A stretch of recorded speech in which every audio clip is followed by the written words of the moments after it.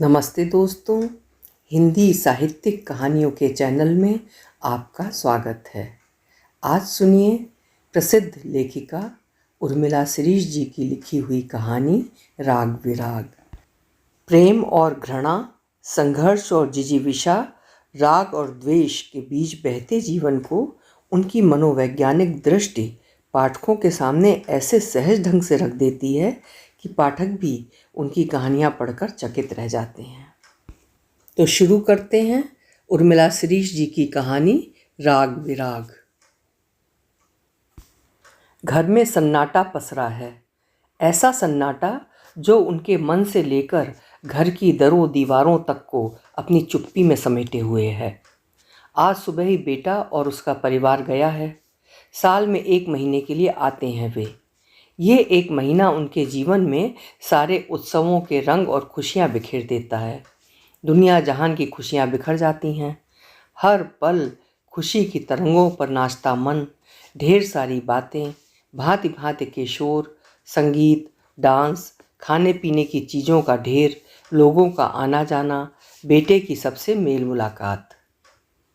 कब दिन होता था और कब रात, पता ही नहीं चलता था। समय को इतनी जल्दी बीतते उन्होंने कभी नहीं देखा था, ना महसूस किया था।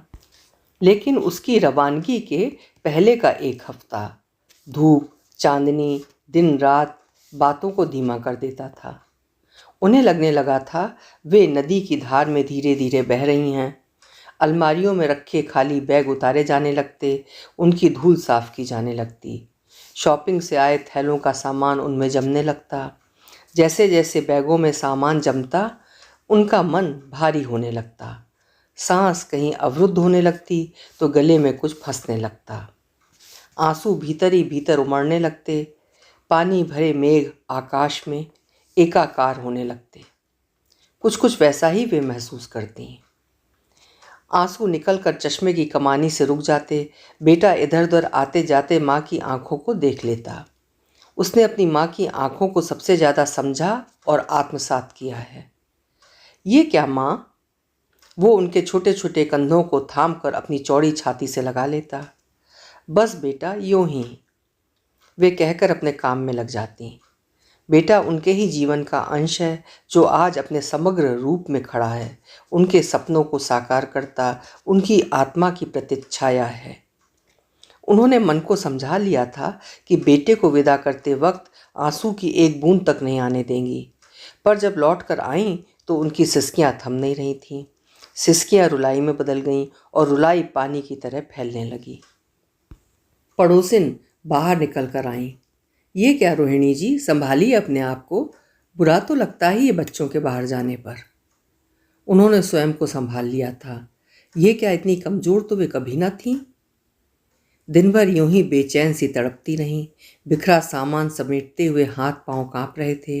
अलमारियों में सामान जमाना था, सहेज कर रखना था, पर हर तरफ हर कोना भाएं भाएं करता नजर आया। बेजान चीज़ें भी सजीव होकर दुख सुख का बोध करवाने लगती हैं। वे बाहर निकल आईं। बाहर, जो बाहर से बाहर दिखाई दे रहा था, वो भी उन्हें बाहरी ही लगा। दूर दूर तक कोई दिखाई नहीं दिया। थोड़ा और आगे चलीं। उनके नाजुक पतले पांव स्वतः ही उस सड़क पर चलते चले जा रहे थे। क्षण भर के लिए वे रुकीं। वर्मा जी के बगीचे में माली दिखाई दिया। उसकी पीठ उनकी तरफ थी और चेहरा गमलों की तरफ। मन ने कहा माली को आवाज़ लगाई जाए, लेकिन जानती हैं कि माली नाराज है, रूठा हुआ। बेटे ने डांट कर भगा दिया था। जब चाहे तब चले आते हो, कोई एक दिन तय कर लो, समय तय कर लो, माँ को कितनी परेशानी होती है। इतना कहना भर था कि वो गमलों की मिट्टी को यूं ही छोड़कर चला गया था। गमले सूख रहे थे, मिट्टी पपड़ा गई थी, खुरपी वहीं पड़ी थी और वो उपेक्षा और अपमान से भरा चला गया था। वे बुलाती ही रही थीं, मनोज मनोज, लेकिन वो नहीं रुका था। उसका लंबा दुबला पतला शरीर हवा की तरह लहराता हुआ अदृश्य हो गया था। जाने दो ना, दिमाग खराब है, 10 बार आएगा, आप क्यों परेशान होती हैं। बेटा भी अपने ताव में आ गया था। और ये क्या, ये घर है या आने जाने वालों की धर्मशाला? दिन भर कोई ना कोई आता ही रहता है। सुबह 6 बजे दूध वाला जोर जोर से घंटी बजाएगा, भीतर से बाहर तक जाने में 4 घंटियाँ बजा देगा। फिर पेपर वाला, माँ को चाय के साथ पेपर पढ़ने के लिए होना चाहिए, साप्ताहिक पत्रिकाएं, फिर कुत्ता घुमाने वाला लड़का, फिर प्रेस वाला, फिर काम वाली बाई, फिर कपड़े धोने वाली बाई, फिर कोई मांगने वाला, फिर कोई सामान बेचने वाला, फिर कोई सर्वे करने वाला, फिर कोई बच्चा। आंटी छत पर बॉल चली गई है या पतंग गिरी है, उनकी कूद फांद अलग। माँ, ये सब क्या है? घर में एक पल की शांति नहीं रहती है। कोई समय है जब तुम आराम कर सको, सो सको? ये गिलहरियाँ और चिड़ियाँ सुबह सुबह नींद खराब कर देती हैं। एक साथ 3-3 बाइयाँ यहीं आकर पूरी कॉलोनी के समाचार सुनाती हैं, और तुम भी सबसे कितनी बातें करती रहती हो। घर में औरतें ही औरतें नजर आती हैं। मेरा तो दिमाग ही काम नहीं कर रहा है, हर पल चैं चैं पैं पैं। माँ, मैं आपसे बातें करना चाहता हूँ, इन सब से नहीं। वे हल्का सा मुस्कुरा देती, मासूम सी उजली मुस्कान, जिसकी प्रशंसा उनके पापा किया करते थे और जिस मुस्कान के लिए पति और बच्चे उनको हाथों में रखते थे। पर वे कैसे बताती कि उनकी बोरियत को, उनके अकेलेपन को भरने वाले यही सब तो हैं। इनकी चैं पैं पैं, इनकी बेढंग सी बातें, इनके हंसी मजाक। सुबह सुबह गिलहरियों का भागना दौड़ना, चीखना, चिड़ियों का चहचहाना उनको बांध कर रखती हैं। इन सब के बीच वे व्यस्त रहती हैं।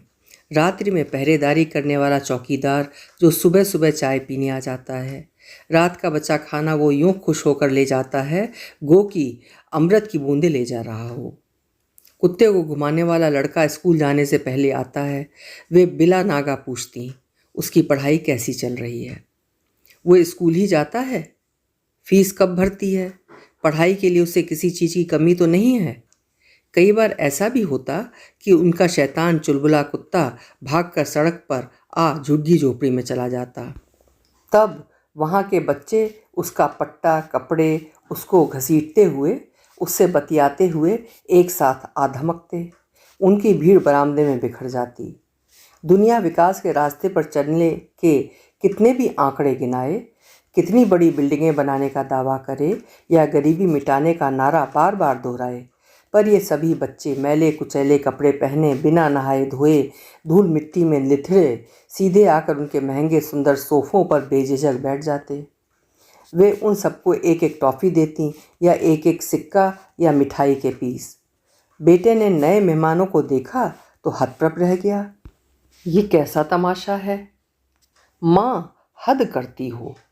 किसी दिन घर का सारा कीमती सामान चोरी हो जाएगा। इनकी हिम्मत तो देखो, सीधे अंदर घुसकर सोफों पर बैठ जाते हैं। चलो चलो भागो, अब दिखना नहीं, समझे? बेटे की दहाड़ से वे सब सहम कर बाहर जाकर खड़े हो गए। घिन नहीं लगती माँ? इतना पानी बहता है, क्या ये नहा नहीं सकते? मुंह नहीं धो सकते? आदतें बिगड़ी हैं, ये जानबूझकर कुत्ते को ले जाते हैं ताकि तुमसे पैसे ले सकें। ठीक है ना, एक एक सिक्का या टॉफ़ी पाकर उनके चेहरे पर जो खुशी आती है वो देखी तुमने? माँ, तुमसे तो कोई नहीं जीत सकता। बेटा भुनभुनाता दरवाज़ा पटकता और अपने कमरे में घुस जाता। माँ का पूरा ध्यान इसी कवायद में लगा रहता कि हर आने वाला व्यक्ति बिना किसी शोर शराबे के अपना काम करके चला जाए। आखिर बेटा यहाँ आराम करने आता है, माँ से मिलने आता है, इन पचड़ों में पड़ने के लिए नहीं। वैसे भी उसके गुस्से से सब डरते हैं। छोटे भैया करते सबकी जबान नहीं थकती थी। जब से वो गया था तभी से सबने अपना अपना साम्राज्य स्थापित कर लिया था। वे सड़क के किनारे आकर खड़ी हो गईं। सड़क जो जीवन के अनेक किनारों की तरह फैली थी, जिस पर कभी हजारों कदम दौड़ रहे होते हैं तो कभी हजारों कदम खरामा खरामा चल रहे होते हैं। ये सड़क कदमों का जीवन है, राग रंग है, मन के भावों की अनकही दास्तां है। उसी सड़क पर वे भारी कदमों से हल्के हल्के चल रही थीं। धूप की तपिश कम हो गई थी, आसमान कुछ कुछ धूसर हो चला था। बच्चे सड़क के किनारे खेल रहे थे, दूर हमेशा की तरह चीख चिल्ला रहे थे। वे एकटक उनकी तरफ देखती रहीं, शायद कोई उन्हें देख ले और आ जाए। 1-2 बार उन्होंने हाथ भी हिलाया, पर वे यानी बच्चे जिस तेजी के साथ दिखते थे उतनी तेजी के साथ अदृश्य भी हो जाते थे। वे हवा थे या हवा के झोंके, वे शोर थे या शोर के पाइप, वे उन्हें देख रहे थे या न देखने का झांसा दे रहे थे। यानी वे भी उन्हें एहसास करवा रहे थे कि ऐसा नहीं होगा कि जब आप चाहें भगा दें और जब आप चाहें पुचकार लें। यानी बच्चे आज की दुनिया का प्रतिरूप थे। उन्हें चारों तरफ वैसा ही सूनापन लग रहा था जैसा घर के भीतर था। जबकि गाड़ियां आ जा रही थीं, लोग भी आ जा रहे थे। थोड़ी दूरी पर चाट के ठेलों पर लड़कियों का गोल गोल हुजूम गोलगप्पे खा रहा था। वे जोर जोर से हंस रही थीं, खिलखिला रही थीं, खट्टे मीठे पानी का भरपूर मजा ले रही थीं। उनके लिए जीवन की खुशी फिलहाल इतनी ही थी। उनका मन किया वहाँ तक जाना चाहिए, लड़कियों से थोड़ी हंसी, थोड़ी खिलखिलाहट और थोड़ा सा आनंद ले लेना चाहिए। यद्यपि उनका चलने का अभ्यास कम हो गया था। 1 महीने से योग की क्लास में भी नहीं गई थीं। उन्हें लगता था योग तो पूरे साल करती हैं, बेटा तो 1 महीने के लिए ही आया है। वे उसके साथ हर पल जी लेना चाहती थीं, हंसना चाहती थीं, गुनगुनाना चाहती थीं, ढेरों बातें करना चाहती थीं। उसकी उपस्थिति की ऊष्मा को साल भर के लिए अपने भीतर समेट कर सहज लेना चाहती थीं। सड़क की बत्तियां जल चुकी थीं, आकाश में छाया अंधेरा तेजी के साथ नीचे फैलता जा रहा था। तेज हवा चलने लगी। उन्होंने कुत्ते को पकड़ा और सीढ़ियां चढ़कर ऊपर आ गईं। लगा महीनों की थकान से देह पस्त हो गई है। इतनी थकान, इतनी सुस्ती।